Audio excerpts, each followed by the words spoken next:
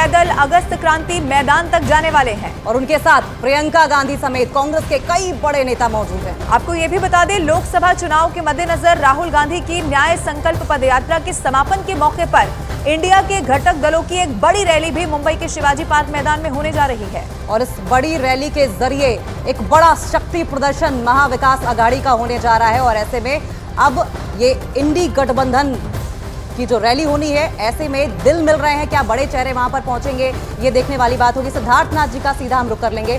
सिद्धार्थ जी, ये जो विशाल mega rally हो रही है, क्या दिखाने की कोशिश हो रही है? क्या दिखा रहे हैं कि यूनिटी है?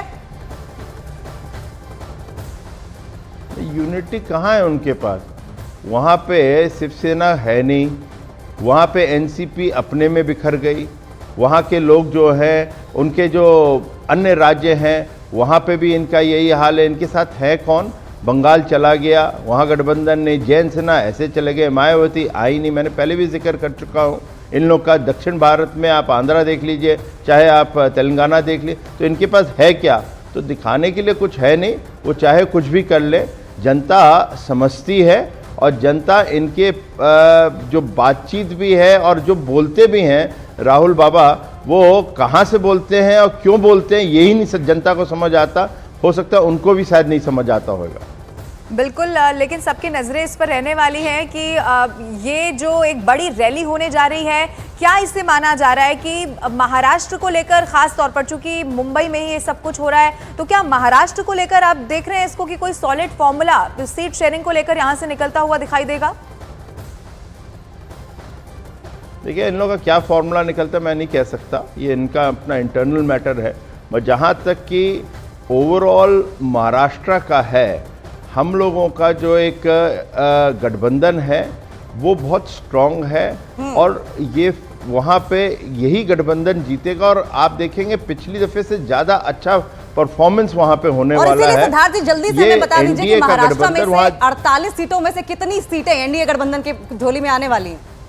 देखिए, मैं ये तो आकलन नहीं कर पाऊंगा, ना मैं सेफोलॉजिस्ट हूँ, मगर क्योंकि हम लोग के कार्यकर्ता और हम लोग के लीडर्स मिलते रहते हैं हम लोग एक दूसरे से, और वहाँ से फीडबैक आता है, तो जो फीडबैक है वो बहुत अच्छा है, पॉजिटिव है और हम लोग का अब की बार रिजल्ट बहुत ही बेहतर होने वाला है पिछले टर्म से भी।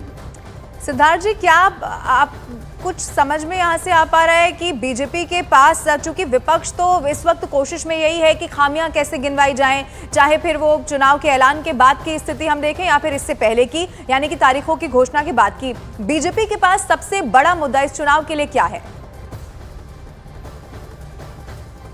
वो है मोदी जी ने जो पिछले 10 साल में काम किया है और विशेष रूप से गरीबों के लिए, किसानों के लिए, युवाओं के लिए, युवाओं के लिए कहीं बोले स्टार्टअप से बड़ा कुछ हो नहीं सकता इससे, और महिलाओं के लिए जो सशक्तिकरण का कार्य किया है शायद ही, और उसके अंदर जो निचले स्तर के हैं, जो अंत्योदय की हम लोग की जो योजनाएं हैं, जो आखिरी पैदान पे जो खड़ा हुआ व्यक्ति है, वहाँ तक कि जो पहुँचाया गया उसकी डिलीवरी मैकेनिज्म है, मेरे को लगता है इससे बड़ा कोई मुद्दा नहीं हो सकता।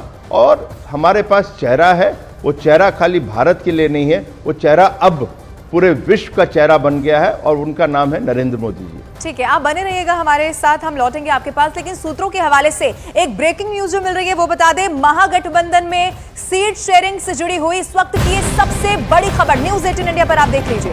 महागठबंधन में आरजेडी और कांग्रेस के बीच कल दिल्ली में अहम बैठक होने जा रही है। इसमें सीट शेयरिंग पर आखिरी फैसला हो सकता है। इस बैठक में अखिलेश सिंह भी शामिल होने वाले हैं। कांग्रेस आलाकमान ने 20 मार्च तक हर हाल में सीट शेयरिंग की डेडलाइन को तय कर दिया है। तो बड़ी अपडेट, बैठक में अखिलेश सिंह शामिल होने वाले हैं, जिसका साफ मतलब यह है कि बिहार की जो कांग्रेस का नेतृत्व है वो दिल्ली उठकर आ रहा है और ऐसे में अब सीट शेयरिंग पर फॉर्मूला तय होना है। सिद्धार्थ जी, पटना में जब नीतीश कुमार महागठबंधन का हिस्सा हुए थे, सीट शेयरिंग का फॉर्मूला महागठबंधन में तो तब से तय हो रहा है, आज तक नहीं तय हो पाया है।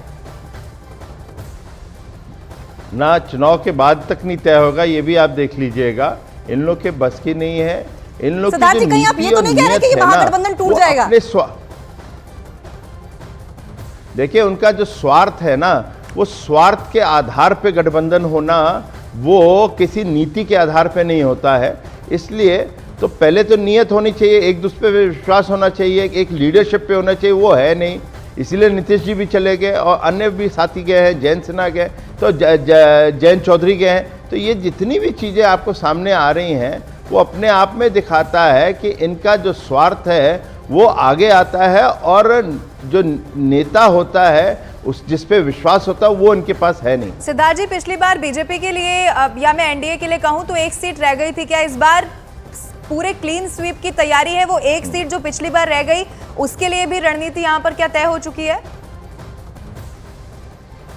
आप देखिएगा बड़े बड़े जो राज्य है, पहले तो गुजरात और हम लोग राजस्थान और इधर करते ही आए हैं, मगर अब कुछ राज्य और जो बचे हुए थे उन राज्यों में भी क्लीन स्वीप की हम लोग की तैयारी है, योजना बन चुकी है, कार्यकर्ता ने कमर कस रखी है और इसमें कोई दो राय नहीं है कि जो धरातल पे जो काम हुआ है सरकार के माध्यम से उसका असर बहुत अच्छा दिखेगा।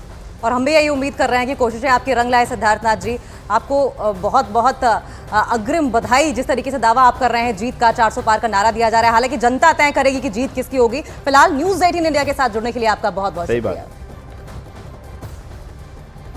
और उधर एनडीए और इंडिया गठबंधन में ज़बानी जंग भी अब लगातार जारी है। जेडीयू ने इंडिया गठबंधन पर जबरदस्त हमला बोल दिया है और हमला करते हुए कहा है कि विपक्ष के गठबंधन में शामिल सभी पार्टियों की नीतियां अलग अलग दिखाई दे रही हैं।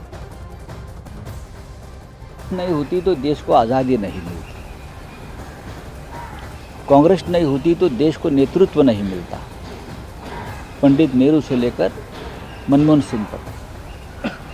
कांग्रेस नहीं होती तो पाकिस्तान के दो टुकड़े नहीं होते। राहुल जी राजनीति कम करते हैं मेरे हिसाब से, वो देश के बारे में सोचते हैं, गरीबों के न्याय के बारे में सोचते हैं। तो उनका मकसद था लोगों में एक जागरूकता लाना, तो जागरूकता जरूर आई है। देश के अंदर इंडिया गठबंधन का जो अलायंस है और जिस ढंग से क्षेत्रीय पार्टियां और राष्ट्रीय कांग्रेस पार्टी के बीच अंतर्विरोध है, तो स्वाभाविक है सबके मुद्दे अलग अलग हैं, सबका कुनबा अलग अलग है, सबकी नीति अलग अलग है, न नीति है, न नेता है, न नीयत है। तो विभाजन तो जब इंडिया गठबंधन में ही है, मुद्दों पर ही विभाजन है, तो विभाजन तो इनकी बुनियाद है। और दिल्ली के सीएम अरविंद केजरीवाल से जुड़ी ये बड़ी ब्रेकिंग न्यूज सामने आ रही है। केजरीवाल को आज ईडी के 2 समन्स भेजे गए हैं। एक शराब घोटाला मामले में समन्स भेजा गया है और एक दूसरा जल बोर्ड निगम से रिलेटेड ये इस पूरे मामले में समन्स जारी किया गया है। दिल्ली जल बोर्ड घोटाला मामले में अरविंद केजरीवाल को कल 18 मार्च को पेशी के लिए बुलाया गया है। वहीं शराब घोटाला मामले में 21 मार्च को पूछताछ के लिए बुलाया गया। ये बड़ी खबर इस वक्त आपको बता रहे हैं, दिल्ली के मुख्यमंत्री हैं अरविंद केजरीवाल, उन्हीं से जुड़ी हुई ये ब्रेकिंग न्यूज है। आज ईडी की तरफ से 2 समन्स भेजे गए हैं। आपको याद होगा कल ही अरविंद केजरीवाल वहां पर गए थे, उसके बाद उन्हें जमानत मिली, फिर वो वहां से लौटते हुए भी उनकी तस्वीरें सामने आई। लेकिन आज एक बार फिर से ईडी की तरफ से 2 समन्स जारी किए गए हैं अरविंद केजरीवाल को। यानी कि मुश्किलें अरविंद केजरीवाल की कम होने का नाम नहीं ले रही हैं। एक तरफ दिल्ली में अरविंद केजरीवाल की पार्टी आम आदमी पार्टी इस चीज को लेकर प्रदर्शन कर रही है, वहीं अरविंद केजरीवाल शराब घोटाला मामले में और इसके बाद अब जल बोर्ड घोटाला मामले में भी इनका नाम सामने आया है। अब आइए अब आपको ग्राफिक्स के जरिए पूरी जानकारी देते हैं इससे जुड़ी हुई क्या सामने आई है, जिसको लेकर अरविंद केजरीवाल को 2 समन्स जारी हो चुके हैं। और अरविंद केजरीवाल की जो मुश्किलें हैं वो कम होने का नाम नहीं ले रही हैं। तो दरअसल केजरीवाल को ईडी के समन्स का ये पूरा जो मामला है